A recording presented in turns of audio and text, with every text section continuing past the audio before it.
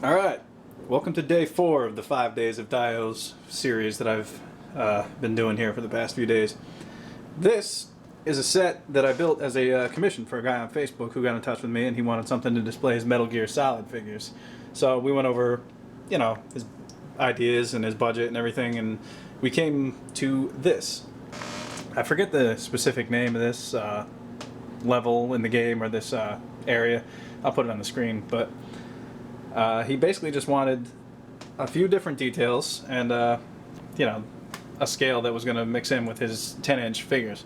I never built anything for like scale with 10-inch figures before, so this is kind of a new experience for me. And since I don't have any 10-inch figures of my own, I kind of had to just go by the measurements that he was telling me. So I don't really have a figure in scale that I can show you with this, but I do have Sagat, who stands 8 inches tall. Now, basically, if you imagine a figure being like this tall, you'll have a pretty good idea of what's going to be the scale here. I think it works out pretty well. Figure about this tall in an environment like this.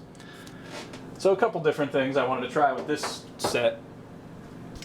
Obviously, Metal Gear Solid, a big part of it. You got the vent down here. That's glued on. And, if you wanted to put a light back here or whatever the case, you could do that. He wanted a box, like an electric box. I piped that in and put it through the wall there. So these strips, these metal, whatever they are, they're just those thin pieces of foam that I showed in one of the earlier videos this week. Two different thicknesses. I got a thinner one for the wall strips, and then a thicker one for the ledge thing going across. And then I use the thicker ones again around the border of the door. The door itself, it doesn't open or anything. It's just decorated to look like it's caved into the wall like that. And then the floor, I put little bits of what could be rebar in some of the damages, because he wanted something like that, along with various cracks and stuff like that in an environment that he had asked for. And then right below the door, he wanted a metal, I don't even know what you would call this, just a metal plate for right beneath where the door opens up and closes. He wanted something like that.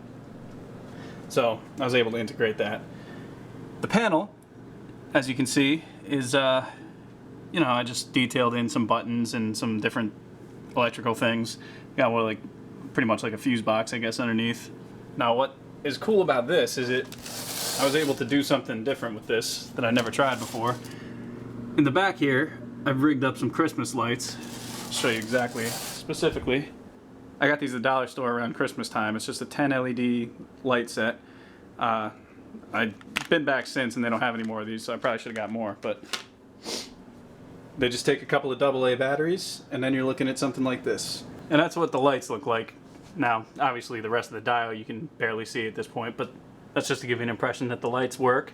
You can see some of the buttons lit up on the the circuit board thing, and I think it's really cool. I never got a chance to use any kind of lights like this before in a dial, so now I know how to do it. Basically what I did was I took a Dremel and I just Dremeled holes through the foam and then just stuck the lights through. Probably not the best thing to do, Dremeling foam, because it makes that it probably makes it in particle form, which means if you're breathing that stuff in, it's not a great thing to be doing to yourself. That's what it looks like lit up in bright light. You can still see the lights, but it's just not as, vibrant as it would be if it was a little darker in here. There's a little switch right here on the back. That's what controls the lights. There is a battery cover for this that I'll screw on before I ship this piece out. And just like everything else, held together magnetically, so, this piece comes off, this piece comes off, and just like that, it'll flatten out. Easy to store, easy to put back together when you want to use it. Pretty cool. I think it turned out pretty well, and by the time you're watching this video, it'll probably already be in the mail. I've already sealed it up, and basically you just got to figure out where to send it. Alright, thanks for watching.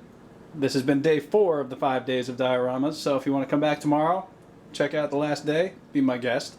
If you want to check out the earlier dios, go back a couple of days on my channel, and you'll see all the videos that have been uploaded over the past couple days. Alright, thanks for watching.